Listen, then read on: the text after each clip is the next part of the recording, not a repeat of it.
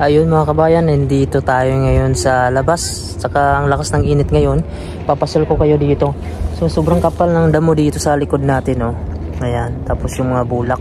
So punta tayo dun sa unahan. Daming tao ngayon dahil may cruise ship dito na dumaong mga kabayan, oh. So pupunta tayo dun sa unahan. Papasal ko kayo dito.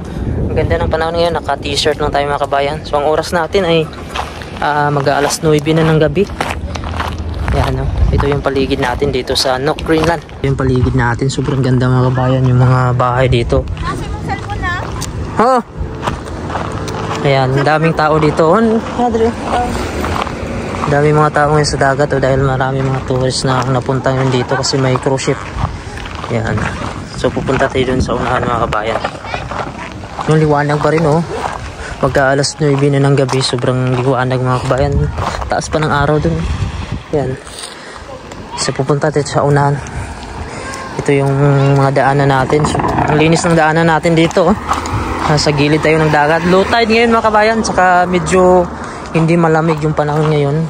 Dahil nasa 11 degrees ata. So naka t-shirt lang tayo. Kasama ko yung asawa ko. Dito ma. Okay. May sakyanan sa likod. Ano, ang linis ng daanan natin. Yung mga damo, oh, tataas. Yan, ito yung mga bulak, yung mga yelo. Ito bumubulak kasi ito. Tingnan mo, oh. Tingnan mo, oh, yung mga damo, ang lalabong ng mga kabayan, oh.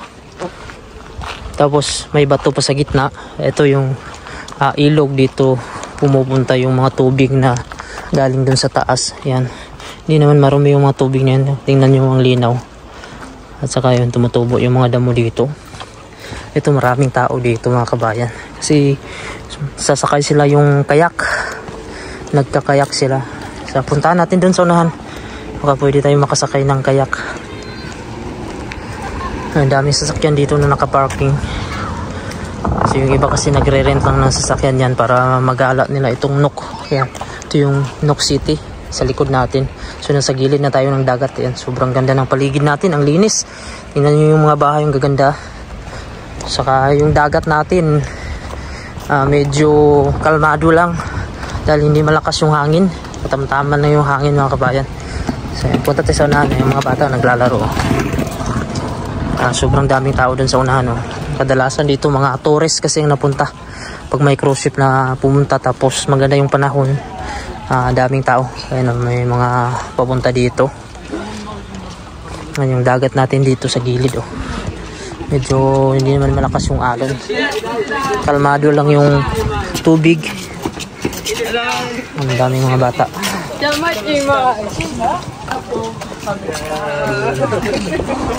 daming tao. So, dito sila kasi nagre-rent ng kayak. Ayun, nagre-rent sila dyan ng kayak. Ayan, ayan. Hindi ko alam kung magkano yung rent ng kayak. Yan, dito sila nag-i-start, you know. Saka dito daw muna kami, sabi ni Mrs. ko, dahil maganda yung panahon. May upuan dito. Relax na relax. Maganda yung hangin.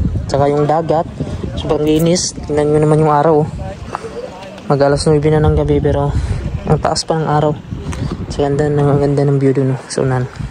So nandito kami ngayon mga bayan sa gilid ng dagat. Tsaka merong upuan dito. Tapos yung sunset sa likod natin na sunset.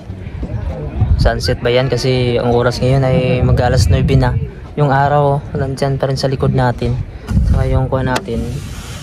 Yun, yung misa natin mga bayan. Wala talagang kaalikabok-alikabok, oh. Yun, oh. Linis-linis talaga. Presko na presko. Yan. Kahoy. So, tingnan nyo yung likod natin. Ganda ng bahay dun sa likod. Yan.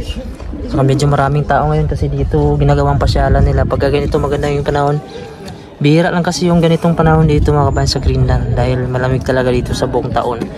Kaya pag ganito yung 11 degrees, 10 degrees Celsius, maganda yung panahon kaya pwede kang mag t-shirt. Pero bihira lang ito sa pag ganitong summer kasi sa summer talaga malamig pa rin.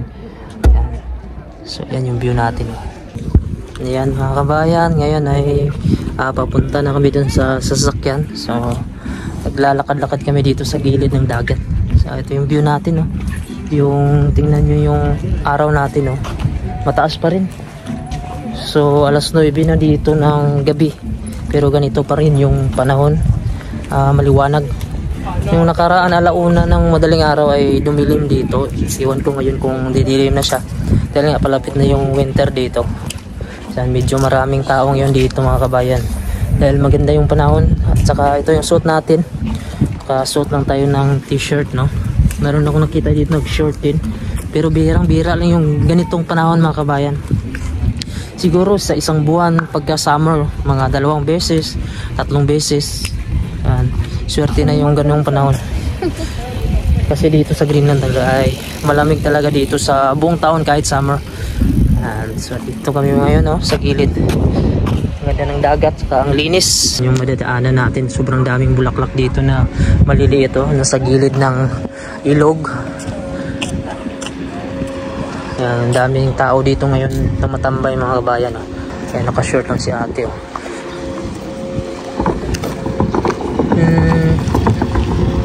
Ayan. Tinatagi mo, oh. Ayan, ang daming bulaklak, oh. Maliliit na bulaklak.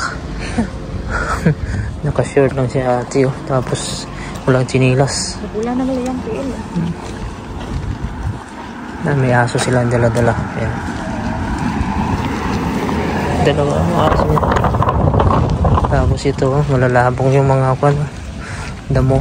Ang ganda ng bahay na dito. Ayan. Ayan, naglalaro sa gilid ng dagat. Pag-gitara sila dito.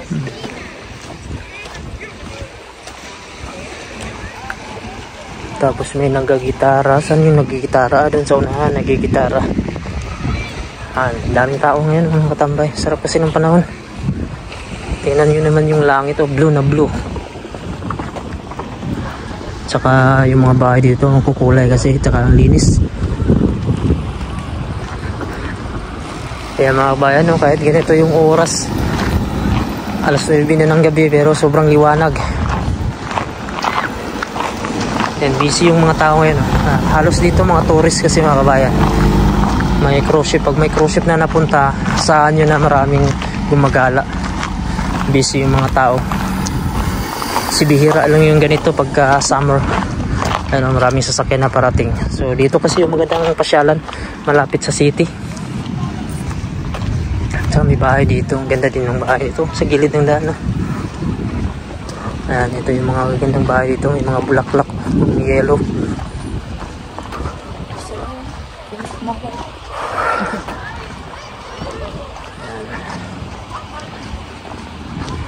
Ayan, ang cute din ng bakod nila dito mga kabayan, no? Ayan, bakod lang yan kasi design lang yan dito kasi wala namang magnanakaw. Tapos doon sa loob, oh, tinrim nila. Tingnan natin, ayan, nag-trim sila dito kasi mataas. Yan, ganda ng loob, oh. May mga punong kahoy na tumubo. So ganda ng kuha nila, no? Yung bakod nila, kahoy na pininturahan ng puti. Ayan. Tsaka yung damo, ang gaganda ng damo. Ito siya parang Bermuda lang siya pero matataas, eh. Tapos yung sa baba niya parang mga Carabao grass lang naman siya na pino. Ayan.